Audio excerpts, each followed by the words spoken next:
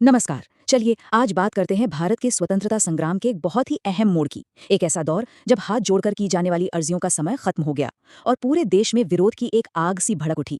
ये कहानी है कि कैसे एक आंदोलन ने अपना रास्ता बदला और लाखों करोड़ों लोगों को अपने साथ ले आया।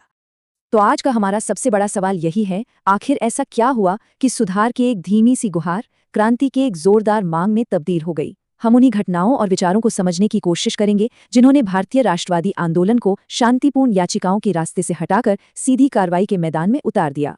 तो चलिए कहानी की शुरुआत से शुरू करते हैं। सबसे पहले ये समझना जरूरी है कि वो जमीन कैसे तैयार हुई जिस पर यह बदलाव आया। मतलब भारत में राष्ट्रवाद की भावना पनपी ही क्यों।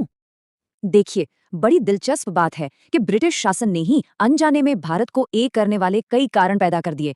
एक तरफ वो भारत का आर्थिक शोषण कर रहे थे जिससे हर कोई परेशान था, लेकिन दूसरी तरफ उन्हीं के बनाए एक जैसे कानून और प्रशासन ने पूरे देश को एक धागे में पिरो दिया।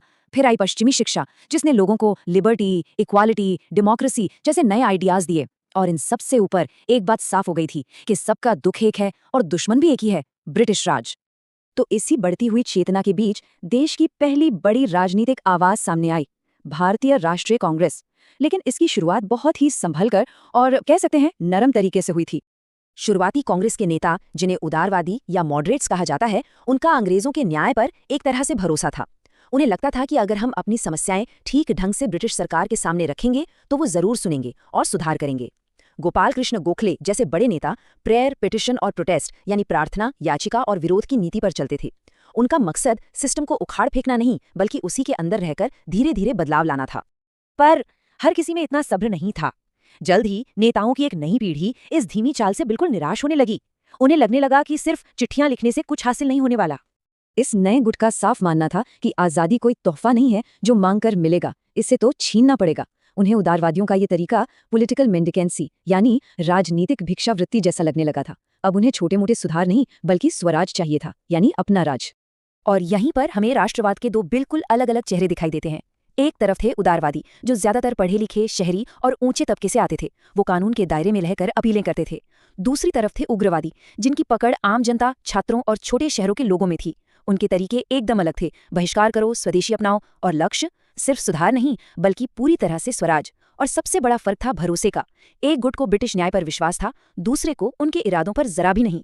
बाल गंगाधर तिलक का ये एक वाक्य उग्रवादियों की पूरी सोच और उनकी बेचैनी को सामने रख देता है। उनका सीधा निशाना कांग्रेस के सालाना सम्मेलनों पर था, जहां प्रस्ताव पास होते थे, भाषण होते थे, लेकिन जमीन पर कुछ नहीं बदलता था। तिलक और उनके साथियों को अब साल में एक बार की रस्म अदायगी नहीं बल्कि सीधी कार्रवाई चाहिए थी। तो सवाल ये उठता है कि वो कौन सी एक घटना थी, वो कौन सी चिंगारी थी जिसने इस उग्रवादी विचारधारा को रातों रात पूरे देश के सामने ला खड़ा किया। एक ऐसा फैसला जिसने पूरे देश को हिलाकर रख दिया। साल था 1905। भारत के वाइसराय लॉर्ड कर्जन ने बंगाल को दो हिस्सों में बांटने का ऐलान कर दिया। सरकारी वजह यह बताई गई कि बंगाल बहुत बड़ा प्रांत है और प्रशासन चलाने में मुश्किल हो रही है। लेकिन असली खेल सब समझ रहे थे। ये अंग्रेजों की वही पुरानी फूट डालो और राज करो की नीति थी। मकसद था हिंदू और मुसलमानों को बांटना और राष्ट्रवाद के सबसे मजबूत किले बंगाल को कमजोर करना। और बस यही एक प्रशासनिक फैसला भारत के पहले बड़े जन आंदोलन यानी स्वदेशी आंदोलन की वजह बन गया। लोगों को यह समझ आ गया था कि अब अर्जियों और याचिकाओं का खेल खत्म हो चुका है। स्वदेशी आंदोलन सिर्फ विदेशी सामानों का विरोध नहीं था, ये देश को अपने पैरों पर खड़ा करने का एक पूरा ब्लूप्रिंट था। इसका पहला और सबसे जोरदार कदम था बहिष्कार। विदेशी कपड़ों की सरेआम होली जलाई गई। दूसरा था स्वदेशी, यानी अपने देश में बनी चीजों को अपनाओ, अपनी फैक्ट्रियां लगाओ। तीसरा राष्ट्रीय शिक्षा, मतलब अंग्रेजी सरकार के कंट्रोल से आजाद अपने स्कूल कॉलेज खोलो। और चौथा, जो शायद सबसे अहम था, वो था सांस्कृतिक गौरव को फिर से जगाना। वंदे मातरम जैसा गीत सिर्फ एक नारा नहीं बल्कि पूरे देश की आत्मा की आवाज बन गया। और ये आग सिर्फ बंगाल में नहीं रुकी, ये पूरे देश में फैल गई। महाराष्ट्र में तिलक ने कमान संभाली तो पंजाब में लाला लाजपत राय और अजीत सिंह ने, दिल्ली में सैयद हैदर रजा थे तो मद्रास में चिदम्बरम पिल्लई। इन सब नेताओं ने मिलकर इसे एक अखिल भारतीय आंदोलन बना दिया। बहुत से इतिहासकार मानते हैं कि स्वदेशी आंदोलन एक तरह से भविष्य में होने वाले गांधीवादी संघर्षों के लिए एक ड्रेस रिहर्सल जैसा था। मतलब बहिष्कार, आत्मनिर्भरता और आम जनता को साथ लेकर चलने जैसे जो तरीके यहाँ पहली बार बड़े पैमाने पर आजमाए गए, उन्हीं तरीकों को बाद में गांधी जी ने और भी असरदार ढंग से इस्तेमाल किया। तो चलिए अब आखिर में ये देखते हैं कि इस आंदोलन की विरासत क्या रही। क्या ये कामयाब हुआ या इसकी भी कुछ सीमाएं थीं? देखिए, इसकी सबसे बड़ी कामयाबी तो ये थी कि इसने आज़ादी की लड़ाई को कुछ पढ़े लिखे लोगों के बीच से निकालकर आम जनता, छात्रों और महिलाओं तक पहुंचा दिया। इसने बहिष्कार जैसे नए हथियार दिए और इसका इतना दबाव बना कि 1911 में अंग्रेजों को बंगाल का विभाजन रद्द करना ही पड़ा। लेकिन इसकी कुछ कमियां भी थी। ये आंदोलन गांव तक नहीं पहुंच पाया, किसानों को बड़े पैमाने पर नहीं जोड़ सका और दुख की बात है कि इसी दौरान हिंदू और मुसलमानों के बीच सांप्रदायिक तनाव भी बढ़ा। तो इस पूरी कहानी को हम एक सवाल के साथ खत्म करते हैं।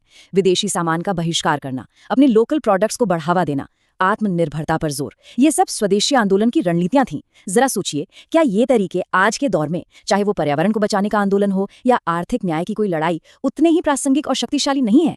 इस पर विचार जरूर कीजिएगा